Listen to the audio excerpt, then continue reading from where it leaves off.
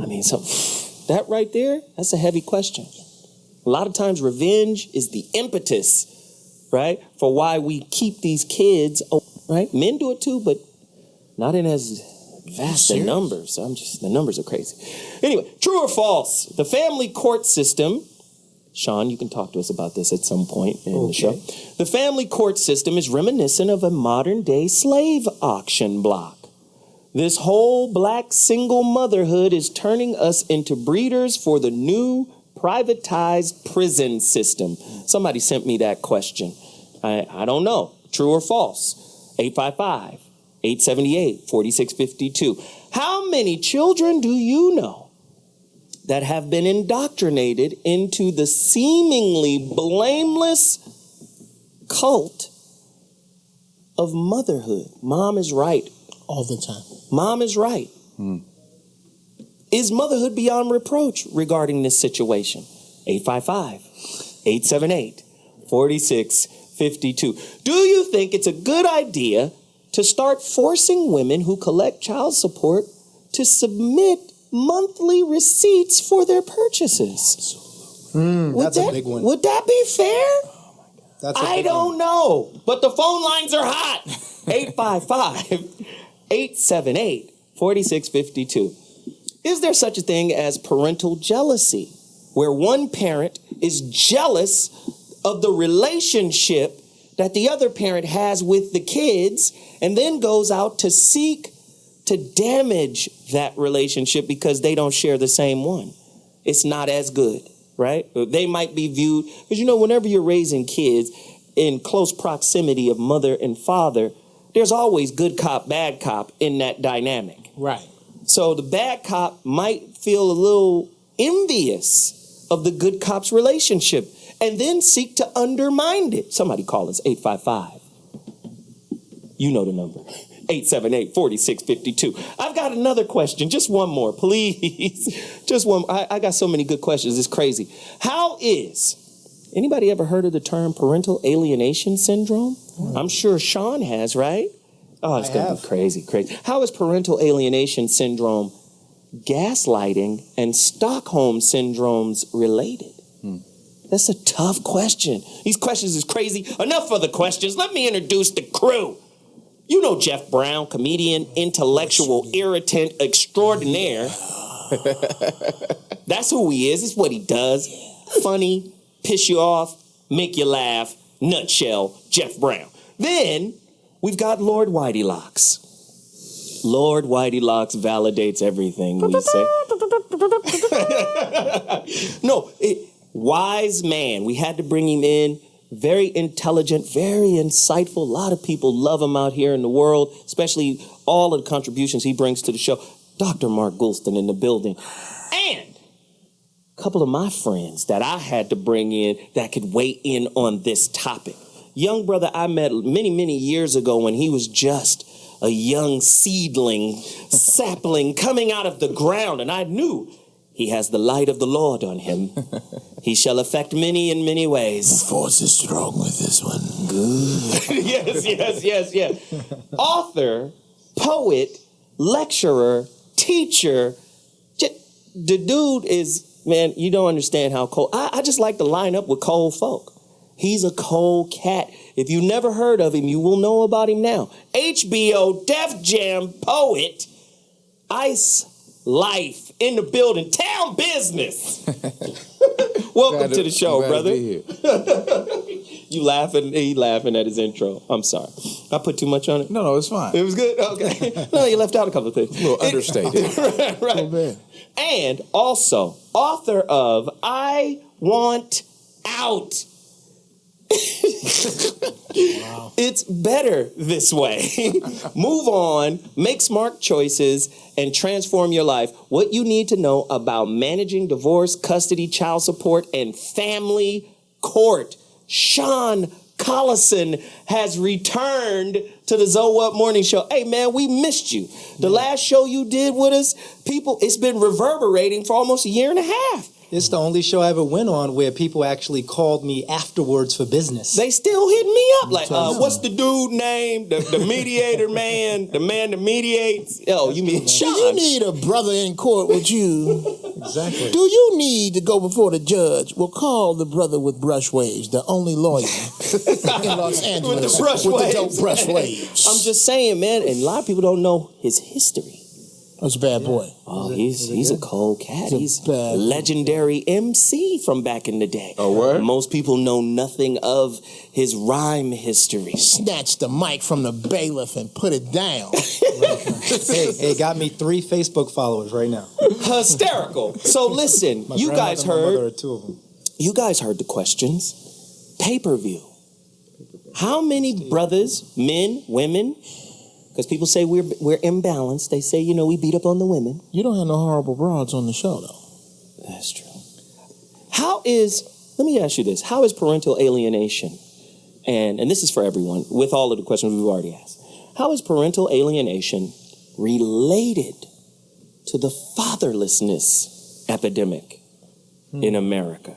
They like to blame daddy for not being there, but parental alienation happens 80% to 20% in terms of custodial and non-custodial parents. 80% of all custodial parents are mamas. What are we doing? Talk to me, Sean. What's going on? Let's have clarity.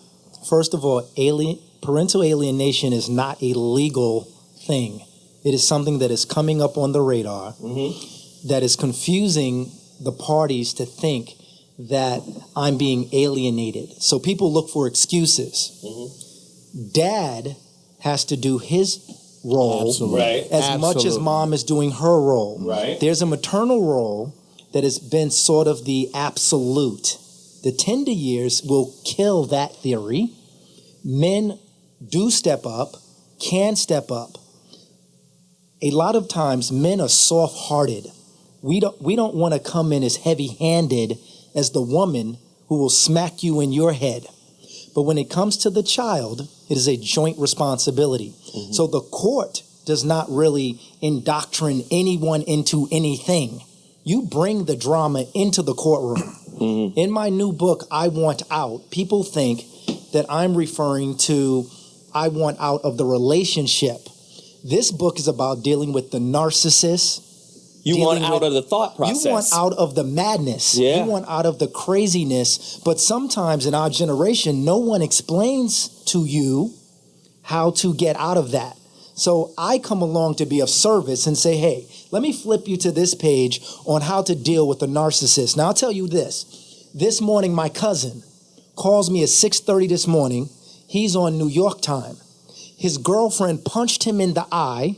The baby's crying in the background. He paid rent money last night. She took the rent money, texted her boyfriend that I have the money, and punched him in the face. Wow. He's calling me at 6:30 because the time difference. Yeah. Right? So I immediately said to him, collect yourself. He said, my blood vessels popped in my eye. I need to know what to do. I could have told him to Google my book, but he didn't have time. No. Right. So Ain't got time to read. I said, what I want you to do, get your keys, tell her, she's screaming in the background. I said, look, I want you to walk out the door, tell her you're going to go calm down, and you're going to collect yourself, and you'll be right back. Because the last incident they had with the police, when he called the police, when he got beat up the last time, she called the police too. So 2 cop cars showed up. Yeah. She went in the bathroom and cut her wrist with a little thing, so it bled a little bit, Yeah. and punched herself in the face. Yeah. So when the cops rolled in, they said both of you can go to jail, press charges on each other. Because of the injuries. Right. But there was no victim. They were both a victim. So I said, you have to escape that this time. He's been a stay-at-home dad. He's 20 years old, working at the car wash, and she's trying to work at a big law firm. So he feels she has the upper hand, but he's in a rage. So I said, calm down, get out the house. She took the car keys, held them behind her back. The number one thing we're going to try to do when the woman takes the keys, we're going to try to get them. When you try to get them, you're going to scratch her, and she's going to have bruises. Right. When the police show up, she shows her bruises. You are going to jail. Yes. So 'Cause you you've have to be inflicted- smart. yeah. Right. This is all about knowledge. This game has been going on. This is a $50 billion business, family court. Wow. It shouldn't be called family court. It should be called mama's court. Well, you know, there's a movie out called Divorce Corp that exposes the family court that came out. It went straight to DVD because no one wanted to go and watch a movie about court. But it's Wow. called Divorce Corp. But I talk about it all in my book. The narcissist, the bipolar, parental alienation, and should parents give up receipts? That's a good one. Wow. Ladies and gentlemen, it's getting crazy early. Oh! We'll be back at 2.2 pay-per-view. Holla!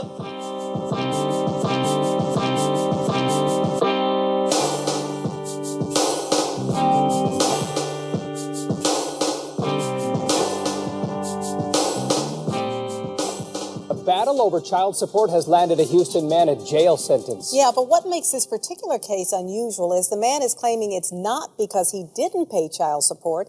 He says it's because he overpaid his child support. Eyewitness News reporter Damon Fernandez is live at the courthouse to unravel this for us. Damon? And Melanie, we watched that father walk into court back here this morning to turn himself in. He and his attorney say they plan to ask a civil court judge to reconsider that order, sending him to jail over this controversial child support matter. Clifford Hall's child support issues began getting national and major social media attention after he and his attorney began speaking out this month. The 43-year-old father claims he was unfairly sentenced to 180 days in jail after allegedly paying too much child support and seeing his 11-year-old son too much. Court documents show a judge ordered Hall in contempt back in December after determining he owed for inconsistent payments over several months.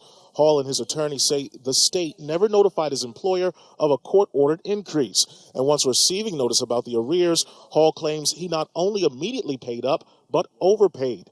Hall says he's also being punished for violating court-ordered visitation by picking up his son early from school and keeping him too long over Christmas. Hall walked out of the courtroom during his last hearing and has been keeping a low profile with lingering jail sentences. I spoke with him a few days ago about his child support issues. I can understand if you're not doing, hey, whatever then. But if you're, this is no way the best interest of a child. Not when you have parents that are active and involved in their kids' lives. KTRK legal analyst Joel Androphy has a different take on Hall's child support troubles. He says it's...